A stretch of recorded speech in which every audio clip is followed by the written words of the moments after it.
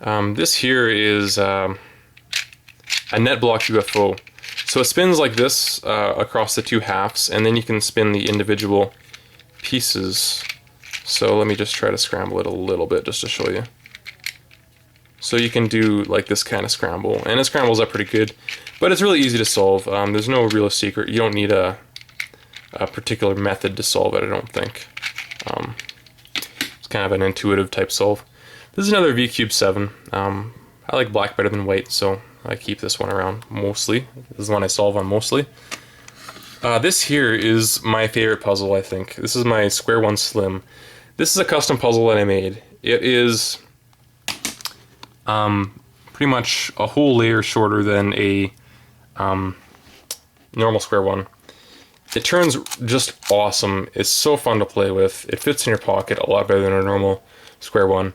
And this overall is just so much fun to have. The quality that I got out of this puzzle is a lot better than I expected. I'm not that great at modding, and this just turned out so close to perfect that I'll call it perfect, even though some people might get mad at me for that. Really great puzzle. I love it. This is a Cube 21. It's a kind of a special brand of Square One. The inner workings and stuff is pretty much identical to the MF8 common variety that we have. But it's just kind of rare to have a Cube 21, so that's why I bought it. It's really expensive though, at $35 from a puzzle shop, so kind of regret buying it, but it's a cool item to have. This is just a regular Square One, nothing special about that, and this is the Square One that I got the national record on last year. Since that, I barely beat this guy called Forte Shinko at the Nationals, and now I heard that he has the world record now, which is pretty incredible. I'm not like I'll assume that's true. I haven't checked into it myself, but good for him if he does. That just shows, I guess, how fast you can get good at something. Like I don't consider myself very fast, and I beat that guy last year, so he must have improved so much, put so much time into that. Good for him. That's awesome. This here is a shit. What's this called? I don't know, Dual Circle or something. It's a Oscar Van Defender puzzle, which is pretty cool in and of itself because his videos are kind of neat, and it's cool to have one of his puzzles. It's got kind of a weird mechanism. Here, I'll actually just show you. The rings spin within each other like this, and while I'm spinning this, it's changing the orientation of the you know, you see the red one that's in there? It's spinning that red piece. So it's kind of an odd mechanism, and it's really hard to solve. I can't solve it. It's just kind of a weird mechanism. I solve it just by hiding the two unsolved pieces inside of the other circle, so you can kind of cheat like that. But it's a really cool puzzle. I love it. I think it's a great concept. Here we have a Meffert's Pyraminx. I really like the Meffert's Pyraminx. Some people say that it's not really fast, but I just like Meffert's quality. Meffert's makes really quality puzzles, and that's my favorite site to buy from, just because, you know, shipping's free, the puzzles are great quality, kind of expensive, but, you know, you get what you pay for, I'd say. It's a floppy cube. It's a 1x1x3, or it's a 1x3x3, and really easy to solve. Not too many combinations for it, so you can get it just by trial and error. And you can laugh at your friends that can't solve it. It's kind of funny. This is a V5. Just another, you know, black V5. This is a V6. I haven't modded it because I don't see the point. I don't solve V6, so I'm not going to put hours and hours into modding it. Here we have a Rubik's Clock. This is another item that I got off of 101 Cuber in a trade. And I used to be able to solve it pretty good, but now I forget. It's a cool puzzle. It's kind of rare. They don't make these anymore. And this one's in really great quality, so, I mean, cool puzzle to have, definitely. Underneath it is just another Rubik's 4x4. This is a Rubik's UFO.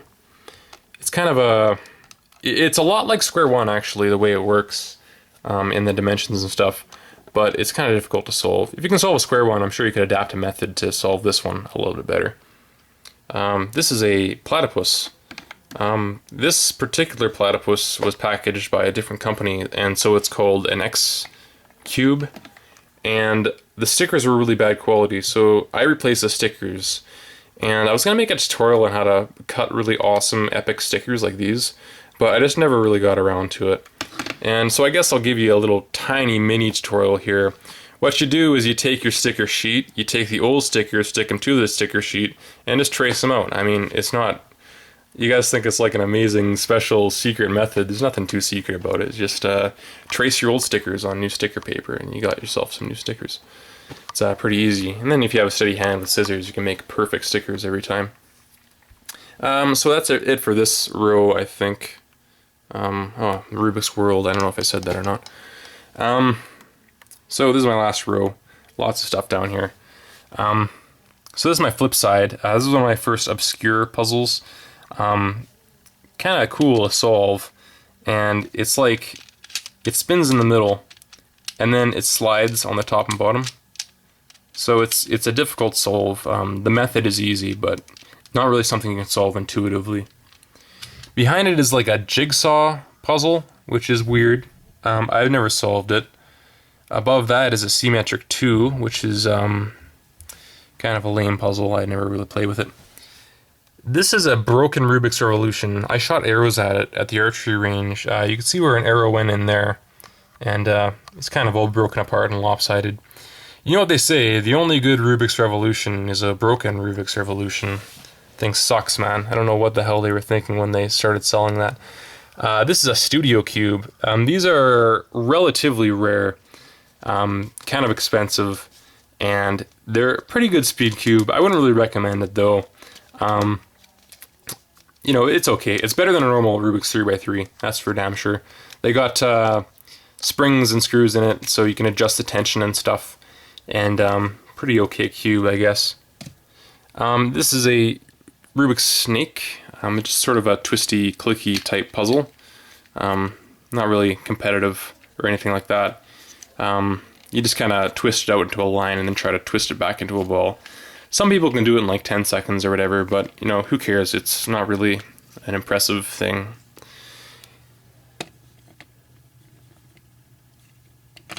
Whatever. This is just a dollar store type Pure Minx prismatic type stickers. Not very interesting. This is an Impossiball. It is the same as a Mega Minx, except it's only corners and it's a sphere. So it's a spherical Culominx is what you'd call it. A really cool mechanism, and an interesting thing about this mechanism is you can pop out one piece and use it as a sliding puzzle, which is really cool. And if you do that, it'll be the same as this puzzle, which is a Rubik's Brain Racker. Kind of a lame puzzle.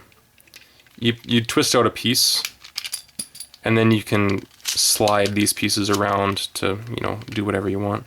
And there's also a kind of a mini game in which you try to get all the numbers 1, 2, 3, 4, 5 in every kind of shell, like this. I don't know. This is a Miracle Sphere, Magic Sphere. I don't know. Really cool puzzle, man. I like this puzzle. It's great. It's sort of like a sliding puzzle, and you can also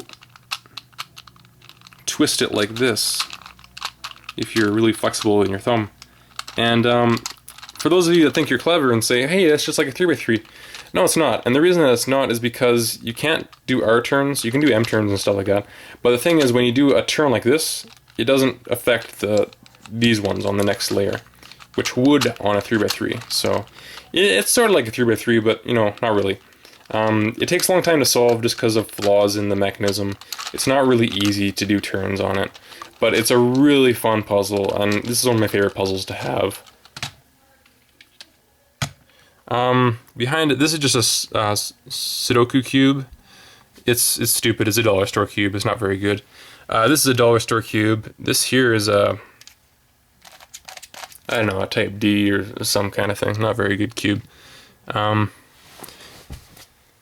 don't know what this is. This is my first 3x3 Rubik's brand. It's a really good cube for a Rubik's brand, but you know, you can only take a Rubik's brand 3x3 so far, so it's not that great. This is a, I don't know, type D or something. I put some weird stickers on it, so we got this cool pink side, and you know, just another 3x3 I have. This here is my octagon barrel. This is a really cool puzzle. This is one of my first mods that I did that turned out with spectacular quality. I'm really impressed with how I managed to, get this done with no really obvious flaws in it, which is nice. And this is one of my most, I guess, precious puzzles, just because of the time I put into it. And I made a video about this too, which is kind of a successful video, and it's a nice puzzle to have, I guess. And this is a sort of a proof of concept puzzle in which I just tried to shorten one of these sides of a square one. You can see that there are a lot of flaws in it. It looks kind of crappy. There's lots of chips and cracks in the pieces. The edge along here looks really bad because I didn't put any effort into sanding it out or anything. But it's kind of a cool puzzle, and I don't know, just goes to show that you can shorten a side of a square one very easily because most of it is empty space and you don't really need it. So just a couple Rubik's 2x2s. This is a 2x1x1. This is either just 1x1s. This one was given to me by Pestvik, and Pestvik's a really cool guy. He managed to make his 1x1s without any, kind of missing piece in the corner. Because usually you use a corner piece, and there's a little tab that you got to cut off, and it leaves a hole. But he found a method to, fix that. Here we have an idea cube. It's kind of just like a frame, and you try to tack all these pieces onto it. There's lots of solutions, like all those puzzles have lots of solutions, but not really that fun to play with. I don't know what this is called. It's kind of a strange puzzle. It's just like, it's sort of like a 2x1, and there's also this track that you can drive these cars around on. I don't know how to solve it. I imagine it's pretty easy if you can find an algorithm or two, but tricky for me. I don't know how to solve that thing at all. This is a planets puzzle, and this has got to be one of the strangest puzzles I own, because the mechanism is just, we have these 4 spheres stacked together, and they're stacked together too tightly to rotate. So in order to rotate one, like you can see this one can't move, you have to bring a divot over, and then you can rotate the next one. So it's just kind of a strange puzzle to play with. I've solved it once, but there's no real method to this puzzle. It's just a matter of playing with it a lot. Not too difficult, but not too fun either. Below it is a Tetris cube, and it's kind of a Walmart thing. You got all these pieces, and you try to drop them all in so that they fit. Kind of a neat thing to do, I guess, but not really. This is another Rubik's World, spherical 2x2 with continents painted on it. Kind of a nice puzzle to have, I guess. Below it is a, I forget what this is called.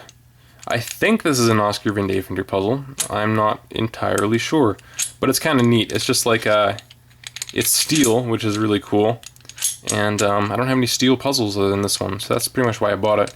It's very, very heavy, and it's kind of a neat, unique puzzle to have, so that's why I bought it. Here we have all kinds of Megaminxes. This is a Chinaminx, which I tried to mod, but with limited success. Here's 2 PVC Megaminxes, which I modded using that tutorial I made. Or, I didn't use my own tutorial, I used the method from the tutorial, I guess. And this is a MF8 Megaminx, the first version, not the second version. And it's, it's a pretty good one. I prefer my PVC Megaminxes though, don't you? Yeah. And lastly, this is my Pyraminx Crystal. This is a super cool puzzle. It's massive, it's heavy, it weighs more than a Rubik's 5x5, and it's got a really cool method for solving. You gotta solve the corners first and then solve all the edges in the same way that you'd solve a Pyraminx. You can't use a Megaminx method for this, it just won't work, which makes it a really interesting puzzle, really unique type of solve, and really great puzzle to have in a collection, I guess. Kind of expensive though. And then we just got some odds and ends, I guess. We got this stack mat, which is, kind of a nice stack mat. This one's out of battery. Never got around to replacing that. Here we have a, you know, a bad time on my black and white glow and dark stack mat. And, you know, some stands, some random crap. That's really all there is to my collection. Well, I hope you liked it. You know, take it easy, guys. Leave a comment if you want.